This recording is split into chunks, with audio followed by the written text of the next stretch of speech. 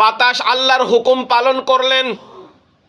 বাতাস আল্লাহর হুকুম পালন করিয়া বুড়িমার ওই আঁচলের ভিতর থেকে আটাটুকু উঠাইয়া নিলেন। এমনভাবে ঝড় আসলো, এমনভাবে বাতাস আসলো, অন্য কোনো জায়গায় কোনো ক্ষতি হইল না, অন্য কোনো কিছুরও ক্ষতি হইল না।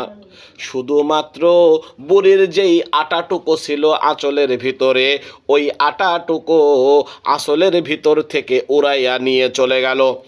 আটা যখন উড়াইয়া নিয়ে চলে গেল বুড়ির আঁচলের ভিতর থেকে, স্বাভাবিক কারণে গরিব মানুষ যেমন আমাদের টাকা পয়সা হারাইলে, চুরি হইলে, ডাকাতি হইলে আমাদের যেমন কষ্ট লাগে, বুড়ি মানুষ এক পোয়া আটা হারানোর কারণে বুড়ির মনেও বড় কষ্ট লেগেছে।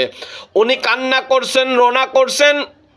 করতে করতে করতে করতে বাড়ির দিকে যায় আর মনে মনে কষ্ট নিয়ে অশ্রু সিক্ত জবান দিয়ে আল্লাহকে বলে, আল্লাহ, আমি এত কষ্ট করে মানুষের বাড়িতে কাজ করে করে এক পোয়া আটা আমি ব্যবস্থা করলাম। আল্লাহ গো, আমি তো নিয়ত করেছিলাম আপনারই ইবাদত করব, আপনার ইবাদত করব।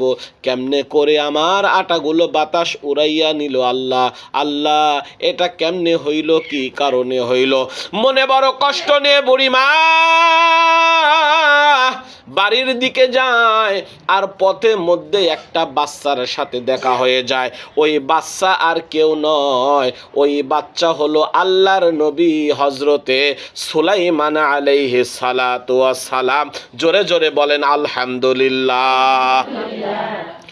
হজরতে সুলাইমানের সঙ্গে দেখা হলো। নবী সুলাইমানের বয়স 12 বছর। কত বছর? 12 বছর হজরত সুলাইমানের সঙ্গে দেখা হইল। সুলাইমান ডাক দিয়া বলে, ও বুড়িমা, তোমার কি হয়েছে বলো দেখি। বুড়িমা ডাক দিয়া বলে, না বাবা, তোমার বয়স মাত্র 12 বছর, তোমার কাছে বলা যাবে না। বুড়িমা সুলাইমানের কাছে বলে না, ওইদিকে ছোট বাচ্চা সুলাইমানও ছাড়ে না। বুড়ির চিন্তা হলো, আমার যে সমস্যা, এইটা যদি আমি এই ছোট বাচ্চার কাছে বলি তাহলে সমাধান আসবে না। আমার সমস্যা বড়দের কাছে বলতে হবে, বাচ্চা মানুষের কাছে বললে তো আমার সমস্যার সমাধান হবে না। আর আমার আটা উড়াইয়া নিয়েছে, বাতাস নিল আটা উড়াইয়া, এই বাতাসের তো কেমনে করে কি বিচার হবে? সুলাইমান ডাক দিয়া বলে, ও বুড়িমা, তুমি মন খারাপ না করিয়া আমার কাছে পুরা ঘটনা খুলে বলো। এমনও তো হইতে পারে আল্লাহ চাইলেও তোমার আটা ফেরত আসতে পারে। চিৎকার দিয়ে বলেন সুবহানাল্লাহ। এবার বুড়িমা ঘটনাটা বলল, বাবা শোনো শোনো, আমি সারাদিন মানুষের বাড়িতে কাজ করেছি।